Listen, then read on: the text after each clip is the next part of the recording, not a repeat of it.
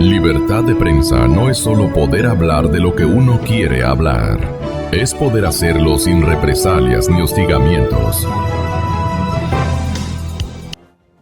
Bienvenido, Napoleón. Si te lanzas para después darle algo de mayor responsabilidad a Decio, que voy a aprovechar que es el Día Mundial de la Libertad de Expresión para recordarle un poco ahí insistentemente y ver si es que hay, ¿qué se podría decir ustedes que no son católicos? Un acto de contrición, no se les puede decir. Bienvenido, Napoleón, buenos días. Muy buenos días, Francisco, Decio, un saludo a la radioaudiencia. Primero permíteme conmemorar también otra fecha, 25 años de la muerte de Agustín Cueva. Tienes razón. 1 de mayo de 1992. 25 porque años, quizás ¿sí? es uno de los que nos va a ayudar a interpretar estos momentos, sobre todo tan confusos. Un periodo de transición es eso.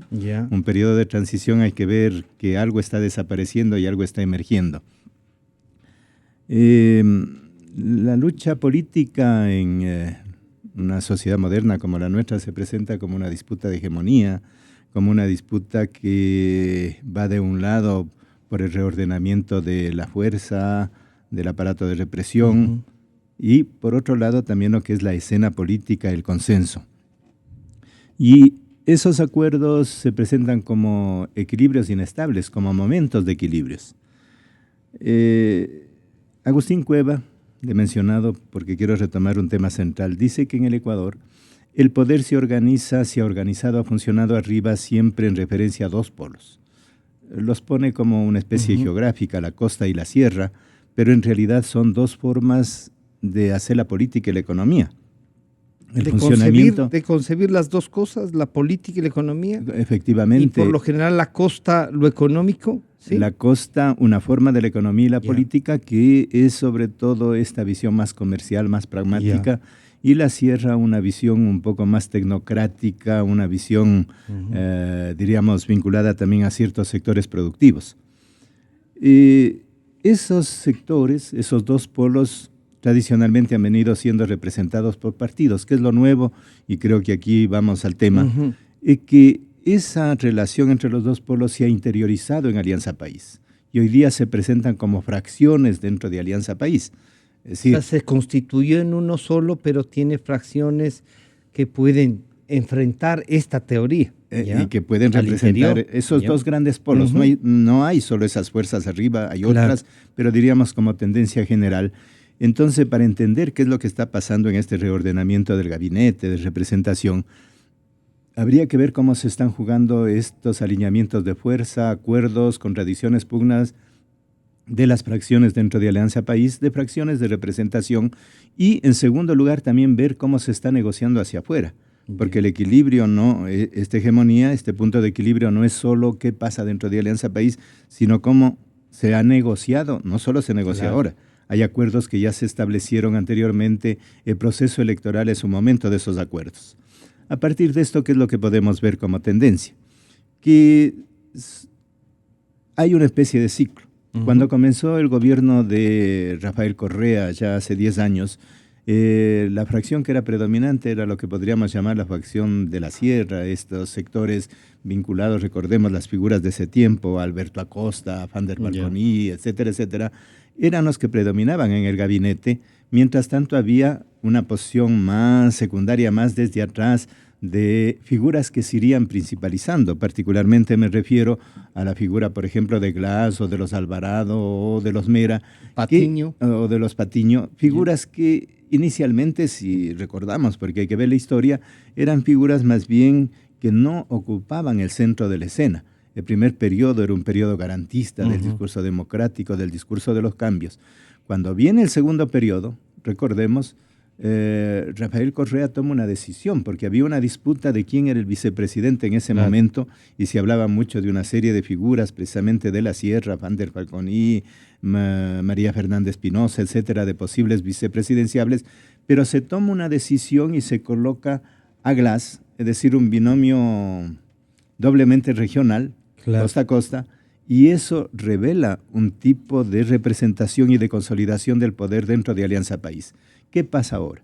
Yo creo, por eso digo, estamos regresando a un ciclo en que esos sectores que venían operando como subordinados, un poco atrás de escena, son los que se principalizan, y esa tendencia es la que vemos en las principales figuras de ministros, y a eso iremos dando nombres también de lo que se conoce hasta ahora. Esta recomposición que nos plantea desde el manejo del poder Napoleón, ¿es así o Alianza País tiene una visión que dice, vean, aquí no hay fuerzas políticas, no hay reparto, aquí hay una persona que es dueña de esto, y aquí están estos 3 libros, así se tienen que reunir, pasado mañana van a hacer esto? ¿Cómo mira Decio Machado y una evaluación un poco así? ¿Valió la pena esto? Bienvenido, buenos días. Buenos días. A ver, yo creo que Alianza País, o digamos el nuevo equipo de gestión gubernamental, que se está conformando, yo pienso que tiene claro la lectura de los resultados electorales de este último proceso, ¿no? Y en este sentido me parece que el gobierno es consciente de que la primera vuelta de estas elecciones, el 19 de febrero, si no me equivoco, cuando la población ecuatoriana votó en esta primera vuelta de lo que ha sido el último comicio presidencial, que sería como el momento de mayor identificación con los partidos políticos existentes, estaban todos los diferentes candidatos en liza. Antes de la segunda vuelta, lo que recibió Alianza País fue el 29% de la votación del total del censo electoral. Eso significa 14 puntos menos de lo que recibió el presidente Correa en la primera vuelta, que ganó en primera vuelta de las elecciones del año 2013. Entonces, en este sentido, me parece que a pesar del triunfo oficialista, yo creo que los estrategas o las estrategas del partido oficialista de alguna forma entienden y leen que hay un agotamiento de lo que ha significado el ciclo Correa. Ese agotamiento ha ido dando muestras en diferentes momentos. Creo que uno de ellos fue la plasmación de que el propio presidente optase por no presentarse para la reelección. En este sentido, me parece que lo que vamos a ver en este periodo, o al menos en las composiciones estas de gabinete, etcétera, y durante este periodo de gestión, son cambios que de alguna forma la sociedad ecuatoriana está demandando, incluso un sector importante del electorado oficialista, que yo creo que entiende o está valorando el hecho de que el propio correísmo lleva ya algún tiempo aportando poco, ¿no? Quiero decir, dentro de lo que es del debate mismo, ¿no? Del debate y de lo que ha sido el ciclo político, digamos, de la era Correa, por llamarlo de alguna forma, de esta década, ¿no? En ese sentido, yo creo que ese desgaste está ahí, es decir, esa lectura está hecha, me da la sensación, por los diferentes mensajes que uno puede leer entre líneas, ¿no? Es decir, de las declaraciones que ha estado viendo durante la campaña electoral y post-campaña electoral, y en ese sentido creo que hay un rescate, y aquí voy con lo que usted planteaba, de algunas figuras que tienen un nivel de inteligencia política importante, que fueron desplazadas durante el último periodo del gobierno del presidente Correa, durante el último periodo o incluso durante la segunda mitad del gobierno del presidente Correa. Creo que en ese sentido hay una reaparición de figuras como Augusto Barrera o como Fander Falconi, que usted me comentaba, etcétera, quiero decir, y otros y otras, es decir, que de alguna forma aportarán inteligencia estratégica al gobierno y aportarán también, digamos, la capacidad de lectura política que creo que el gobierno ha ido perdiendo durante los últimos años. Es decir, con toda sinceridad, yo creo que las figuras con más visión política del régimen o del oficialismo, de alguna forma, fueron quedando fuera del gobierno. De la gestión pública. O sea, durante las lógicas de pugnas internas o de, digamos, círculos de acercamiento al presidente de la República, etcétera. Creo que quedaron desplazados algunos sectores importantes de Alianza País que están siendo recuperados y que han formado parte, digamos, de la campaña o del equipo de gestión del presidente electo, ¿no? En este sentido, me parece que estamos asistiendo a esa recomposición. Creo que, como digo, significa dos cosas. Básicamente, uno, entender que hay necesidad de cambiar, hay una demanda de cambio por parte de la sociedad. Eso lo vamos a ir viendo en los primeros 100 días de gestión. Yo creo que eso es fundamental estratégicamente. En segundo lugar, esta reubicación de sectores que quedaron desplazados anteriormente y que tienen la capacidad de tener una visión política importante, pues yo creo que el único estratega que quedó en el gobierno durante la última gestión del presidente Correa fue el mismo presidente Correa. En este sentido, el gobierno careció de inteligencia política y esto es lo que se está recuperando en este momento, ¿no? Y el presidente electo se ha desmontado en el tema de los juicios, en el tema tanto del juicio a la Comisión Anticorrupción como el tema de la sanción a los medios, ¿no? Pero ahí hay uno, nos está mandando un mensaje cuando dice que se elimina los ministerios coordinadores, que se va la Secretaría del Buen Vivir, ahora sí se va de vacaciones, parece el señor Ehlers. O sea, nombres así que fueron una cosa tan profunda, te dan un mensaje de este cambio que, digamos, no sé si es para bien o para mal, pero cambio al fin. Ahí habría que combinar, ver el punto de equilibrio que logra entre las herencias que recibe y a las que no puede renunciar, herencias que tiene que renunciar y signos de cambio. Hay elementos estructurales frente a los cuales, más allá de la voluntad del nuevo presidente, la estructura que queda después de 10 años va a continuar funcionando. Claro. Es decir, eso hay que verlo con claridad y no va a ser responsabilidad o mala voluntad del nuevo presidente, sino que quedó una estructura constituida desde el cambio constituyente, el tipo de estructura del Estado, la forma de constitución de los organismos de control, para mencionar un asunto, o las normas que se establecen. Entonces, allí vamos a ver que hay varias fronteras. A mí me parece que, de un lado, hay que observar esta continuidad y sobre todo poner el acento sobre los cambios posibles que menciona Decio. Dame un segundo ahí, que Decio nos acaba de decir que podría abrirse un campo de diálogo con la prensa, con los sectores criminalizados por la protesta, pero tú mismo nos recordaste la ley que van a convertir en ley, el decreto 16 y el aparato de represión. Así es. Entonces, mira, yo creo que lo interesante del ejercicio del poder en América Latina y en el Ecuador es que tenemos un Estado que actúa en diferentes formas respecto a los diferentes sectores y las diferentes correlaciones de fuerzas. Me parece que hay que ver que hacia arriba, con los sectores empresariales, ya estableció un primer acuerdo.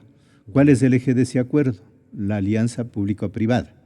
El ministro Pablo Campana expresa ese tipo de posición, es decir, esta articulación, Pablo Campana va a ser uno de los nexos, sobre todo con el sector productivo económico de la costa, procesos ya negociados, porque también cuando yo digo que se reciben herencias, ya hay procesos macro de producción, construcciones, planes. Hablo, por ejemplo, del puerto de Pozorca, para poner un punto de referencia, que es un punto de equilibrio de otro tipo de fuerzas que no necesariamente aparecen en escena, aunque sí aparecen a través precisamente del ministro, por ejemplo, Pablo Campana, para mencionar como ejemplo. Entonces, se va a tener esta especie de política de transacción o de acuerdo público-privado hacia arriba. Y esa va a ser la primera fase en donde se reubique el papel del Estado, un papel que sigue siendo de predominancia, pero se abre espacio a la iniciativa privada. Entonces, hay un principio que yo digo, no solo es algo que se ha avanzado en el Ecuador. El tema de las alianzas público-privadas es la nueva moda de los gobiernos, más allá de que sea gobierno progresista, gobierno de Santos o gobierno de quien sea. Digo Santos, el de Colombia, no por Santos. Van a tener como eje esta nueva visión ideológica del momento de capital. El capital, recordemos que estamos en un marco de crisis general, en donde esta línea especulativa financiera, rentista, también está con problemas. Entonces hay como un viraje global con el cual se empieza a alinear. Y este cambio, esta entrada de Lenín Moreno frente al presidente Correa, frente a ese ejercicio, bueno, estamos en libertad de opinión, no solo fuerte, sino autoritario. Entonces, eso va a permitir un reacuerdo que habrá que ver hasta dónde avanza, porque de por medio están momentos económicos difíciles, reactivación productiva, dolarización. Tenemos temas vitales para saber cuál es el alcance de ese primer nivel de acuerdo. Decio, claro, Napoleón decía hay que ver el tema militar también para ver cómo se va a manejar. Se han hablado, aunque la nota decía que Carvajal iría a Agricultura, algunos lo planteaban como ministro de Defensa, o a Arellano, el contraalmirante Arellano, que ha trabajado con el el actual presidente electo en la vicepresidencia. Eso también dará muestras de algún ejercicio de poder, y este comentario de Napoleón sobre que de abajo parecería no hay forma de llegar a algún acuerdo. Voy a empezar por los segundos. Por favor. Yo creo que que Napoleón plantea temas que son estructurales y como estructurales no van a tener solución, porque el gobierno no es un gobierno de otra ideología. Cuando estamos hablando del gobierno, lo que estamos hablando, del cambio de gestión, lo que estamos hablando es de la forma de gestionar el país, es decir, donde, coincido contigo, quiero decir, esta tendencia cada vez más autoritaria del presidente Correa ha generado, digamos, un nivel de polarización enorme en la sociedad que entiendo que este gobierno debe superar y entiende que debe superar. Y eso puede ser entonces, la lavada de cara que muestre claro, otra eso cosa, significa otro modelo de gestión, pero no una lógica de gestión ideológicamente diferente, ¿no? O con objetivos diferentes. En este sentido, me parece que los problemas estructurales de los que habla Napoleón van a estar ahí, es decir, digamos, los conflictos sociales derivados del modelo extractivista van a estar ahí. Digamos, el despojo y la desposesión de tierras, de territorios ancestrales, es decir, el desplazamiento de las poblaciones, etcétera, van a estar ahí. Es decir, porque eso está aquí y en todo el subcontinente, es decir, porque eso ha sido el tipo de gestión económica que se ha utilizado, es decir, en esta era, digamos, de ciclo progresista, pero también de ciclo hiperextractivista. Entonces, en este sentido, me parece que esos problemas van a estar ahí y difícilmente van a transformarse. Otra cosa es el modelo de gestión. Claro, si el modelo de gestión es cierren ustedes todas las radios indígenas que llamen al corte de carreteras, es decir, porque hay un paro antiminero, que es lo que hemos asistido en este momento, o detengan a los dirigentes de no sé qué. Ahí tienes un modelo de gestión que es autoritario, que es inflexible, que es conflictivo, o puedes hacer otro tipo de gestión, es decir, donde busques espacios de diálogo, etcétera, pero eso no significa que vaya a transformarse, digamos, la política. Creo que en general la propuesta de ejercicio del... Exacto, y creo que en ese sentido Lenín Moreno ha sido como clarito, es decir, que la propia campaña electoral él ha dicho que que van a seguir con las lógicas extractivistas, etcétera. Creo que ahí no hay engaño y no creo que los ministros que ese gabinete que se está nombrando tampoco se caracterice por tener un modelo de gestión económica diferenciado de lo que hemos visto anteriormente en este sentido. Ahora bien, me parece que hay otro elemento ahí que tiene que ver, y quiero introducir esto sin ser su pregunta, así como rápidamente, que tiene que ver con la gestión, digamos, del oficialismo en sí mismo, o sea, lo que es la gestión interna de lo que es el partido y todo ese mundo, ¿no? Porque, claro, eso es un partido que si ha tenido una característica fundamental y transversal ha sido la falta de democracia. La Alianza País es un partido antidemocrático, ¿no? Es decir, ha ejercido 6 convenciones nacionales, si no me equivoco, esta última fue la 6ª convención, es decir, en ninguna de las convenciones, o sea, ha habido un documento alternativo de modelo de gestión, ha habido una tendencia política diferenciada, ha habido una fracción, es decir, que disentía del documento base, no ha habido nada de eso, quiero decir, ha habido una lista alternativa a las listas de dirección, no ha habido absolutamente nada de eso. Es un partido que ha aplaudido con las orejas en los 3.000 o 5.000 o los que llevasen delegados al campo de fútbol de turno, es decir, ha aplaudido, es decir, las lógicas que emanaban desde el presidente Rafael Correa, básicamente, es decir, la conformación de las listas de dirección del partido de gobierno. En este sentido, yo creo que, y esto último que hemos asistido es igual, la elección del presidente Rafael Correa como presidente vitalicio, ¿no? Que es así como... Sí. Bueno, uno le causa así como cierta cosa así, ¿no? Esto de las presidencias vitalicias, porque son un poco incomprensibles en el siglo XXI, ¿no? Digamos, la elección del presidente de Moreno como presidente del partido, porque es el presidente de la República, y a su vez de vicepresidente a Glass, porque es el futuro vicepresidente de la República, y actualmente el tal. O sea, son esas lógicas en las que dices, bueno, no hay debate, es decir, lo que hay es un traslado de tal, no sé qué, lo que ha existido durante todo el tiempo de su existencia. En ese sentido, yo creo que eso está ahí, es lo que hemos visto ahí, pero me parece que eso ha funcionado con un tipo de liderazgo como el del presidente Rafael Correa. Con otro tipo de liderazgo, posiblemente eso pueda hacer aguas por algún lado, y me parece que es un elemento interesante de poner encima de la mesa solamente para la reflexión. Habrá problemas internos en la Alianza País, es decir, si no se supera rápidamente la crisis económica que vive el país, es decir, se toman medidas donde de alguna forma se redinamice la economía, es decir, haya flujos de inversión privada, etcétera, quiero decir, y el país se siga complicando desde el punto de vista económico, o esto genera crisis interna dentro de la Alianza País, etcétera, quiero decir, me parece que eso es más interesante desde mi punto de vista que el tema de lo militar. Yo no soy un gran conocedor de la realidad militar del Ecuador, lo digo con toda honestidad. En este sentido, me parece que es mejor que Miguel Carvajal, es decir, ejerza como titular, dado que le van a dar una cartera, parece ser, en el Ministerio del MAGAP, que realmente en lo militar. Donde ya fue subsecretario. Donde ya fue subsecretario, pero bueno, creo que fue subsecretario en una época donde también estaba el ministro Ponce. En fin, quiero decir, no me parece que sean... creo que tienen virtudes, es decir, en sus liderazgos estas personas, es decir, Ponce o Miguel, etcétera, pero me parece que no es precisamente su especialización el ámbito, digamos, militar. En este sentido, sería bueno que haya gente más con mayor conocimiento de causa en este sentido. Yo les voy a comprometer.